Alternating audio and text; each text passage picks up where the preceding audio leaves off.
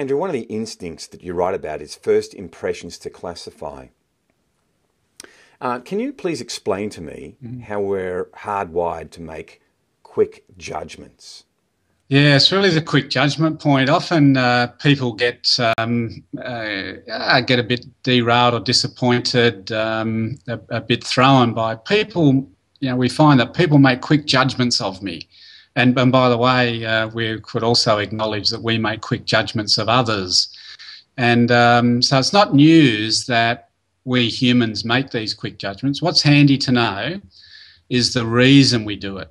And the reason we make quick judgments is to give us a quick form of classifying or making sense of the world around us.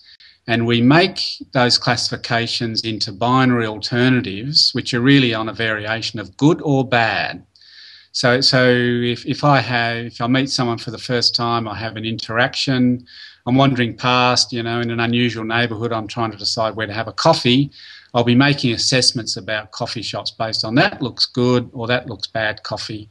Or when we have a meeting with someone, we meet them for the first time, we'll be, even unconsciously in a sense, but we will classify people into these binary alternatives. Might be like, I like that person, I don't like that person. They'll fit in well, they won't fit in well. They're one of us or they're one of them, the us and them sort of mentality.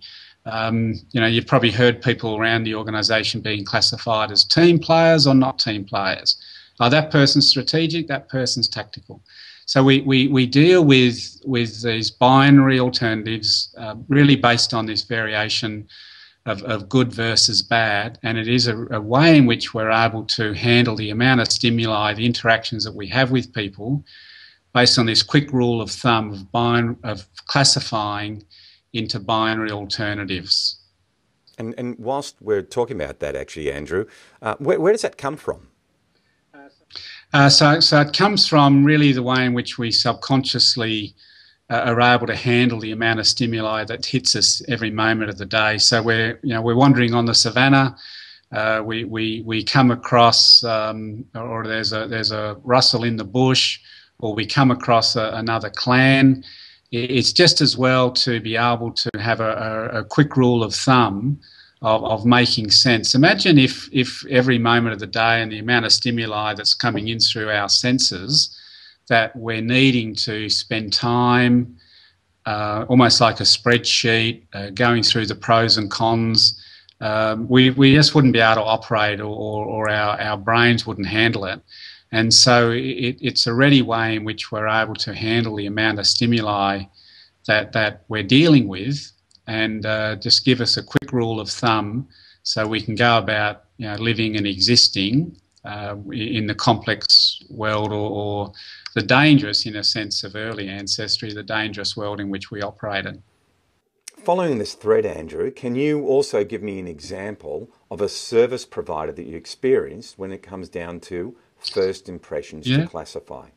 Yeah, so a service provider, which in a way is a branding situation, isn't it? Of what do we associate with service providers, similar to what we associate, what are the binary alternatives that we use to explain people in terms of personal brand. And so, a favourite example we would all associate with hotel experiences, and one that stood out for me mainly because of the really positive association response that was triggered for me. I went to, I'm happy to mention the hotel because it's a good example.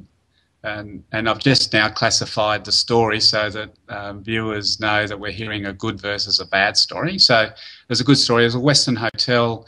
It happened to be in Melbourne in Australia. I was going to a meeting at the hotel, and when I arrived by taxi, I could feel as I was paying the cab fare that my car door opened, and I sensed that it was the porter opening the door, or what might be called the bellboy in other countries. The porter opening the door, and sure enough, as I stood out, the porter had opened the car door. And when I stepped out of the car, he handed me a business card with four numbers on it, 6641. He said, "So welcome to the Western. This is the number of the taxi you've just arrived in, just in case you left your mobile phone or wallet in the cab." And I go, wow, thank you. I checked one pocket for mobile phone, one pocket wallet, took the card. Wow, thank you. Now, what they've done, engineered into the welcoming process, a really positive first impression. So I've now begun this imprinting experience of classifying into the good column the Western Hotel, about to be consolidated, because I haven't even got into the hotel yet. I've walked into the hotel. I wasn't sure which meeting room to go to or on what floor. And I just said to one of the staff members, I'm meeting XYZ company, do you know where they'll be meeting? And she was just really helpful, not over the top, just pleasant and helpful, and helped me on my way. I've now had that second experience, which is now consolidated pretty much for all time.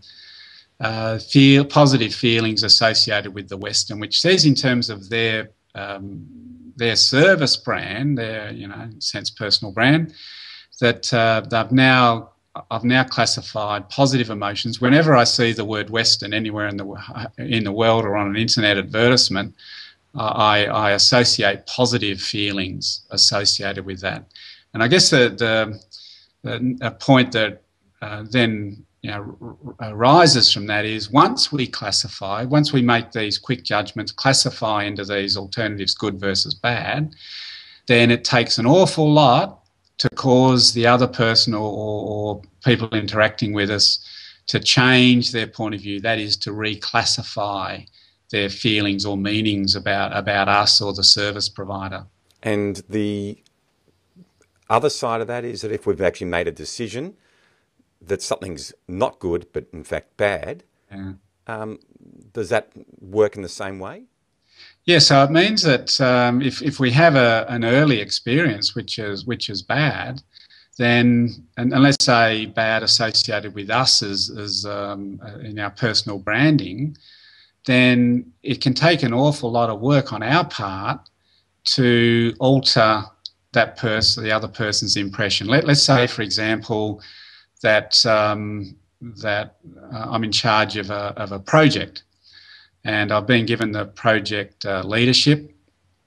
Now, if the first interactions with, say, a sponsor committee, a review executive is bad, that is, that an early review, the executive was feeling pretty anxious about the way this project is looking or the way I'm planning it, the way we're controlling it.